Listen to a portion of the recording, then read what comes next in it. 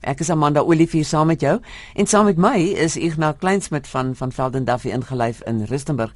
Ignas, jy sê jy gaan nou gesels oor surrogaatmoederskap. Ek is baie nuuskierig om te hoor wat jy gaan sê want ek dink almal betrokke daarbey. Dit is 'n baie emosionele saak. Ja, en iets wat ons nie baie van weet nie. Ek en Kluis, Amanda en ek het toe vir een van ons assosiate daar by ons kantoor Waldet Rein gevra 'n bietjie vir my te gaan navorsing doen en 'n bietjie te gaan vasstel wat is die posisie met surrogaatmoederskap oor inkomste, en sy het uitstekende werk gedoen en ek was verstom om vas te stel dat dit eintlik baie algemeen by die oomblik voorkom, baie meer as in die verlede.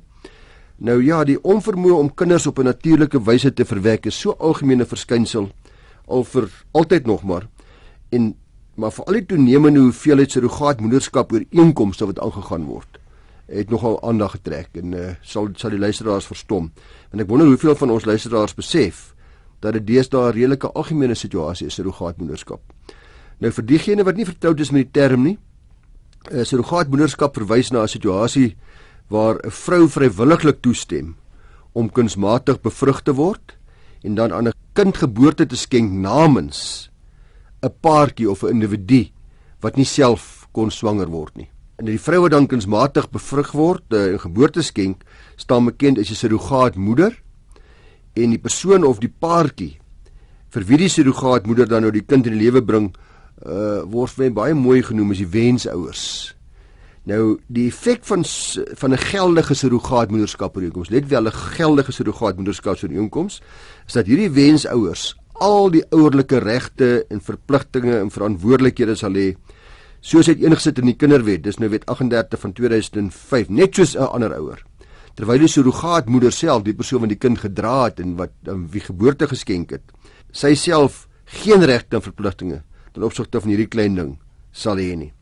Die wensouers word dus inderwaarheid die ouers van die kind, en hulle is verantwoordelik om die kind te voed en te klee en op te voed en al die ander pligte wat mens het, en sou hulle in die toekoms skei, sal die partye dan ook dieselfde toegangsregte, kontakregte, verpligtinge, onderhoudsverpligtinge ensovoorts hê, net soos wat natuurlike ouers sou hê teenoor hulle natuurlike kinders.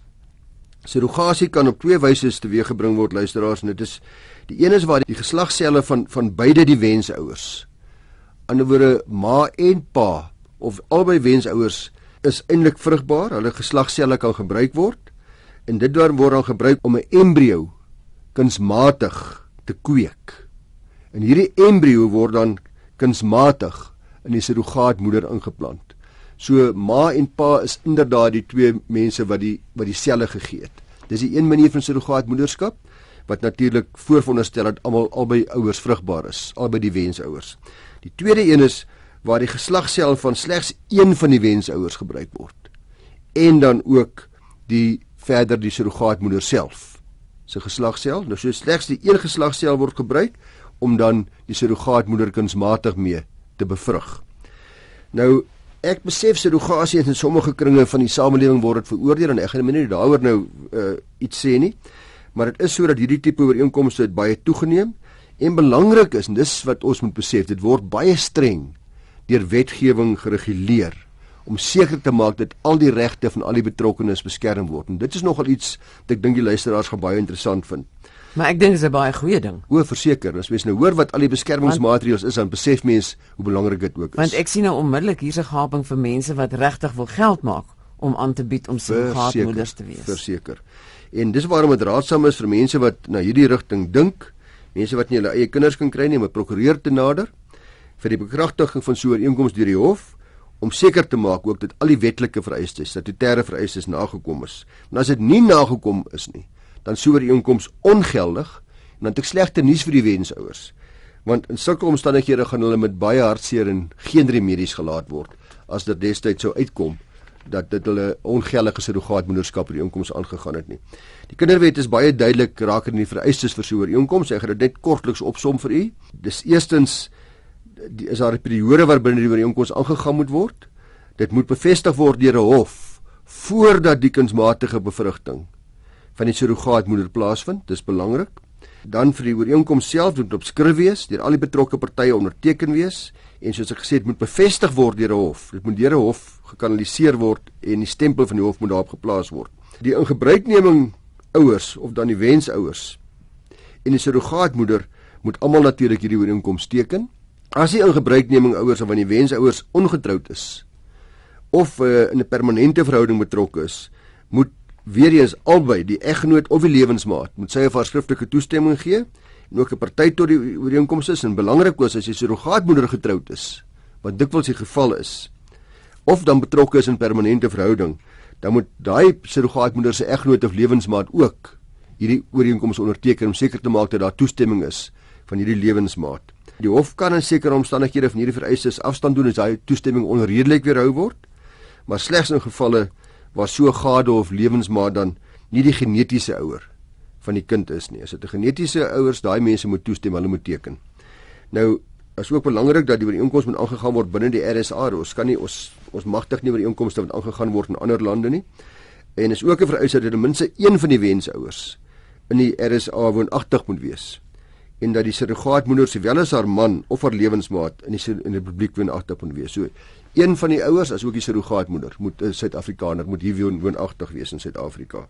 Maar dit kan sekerlik ook 'n enkellopende vrou wees. Ja, dit kan 'n enkellopende vrou wees, maar heel dikwels nie. Wat die vereistes vir kunsmatige bevrugting betref, is dit sodat die wensouers moet nie in staat wees om self geboorte te gee aan 'n kind nie, en die toestand moet permanent en onomkeerbaar wees. So ons moet seker wees ons kan nie kinders kry nie. Dit moet permanent en onomkeerbaar wees.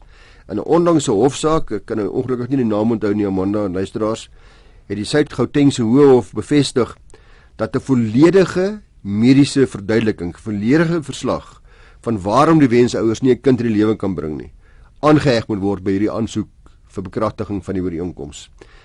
Die hof vereis ook terloops 'n gedetailleerde mediese verslag van 'n dokter alvorens die bevel bekragtig sal word oor die hele proses en nie net ook oor die feit dat die kinders dat die wensouers nie kinders kan kry nie.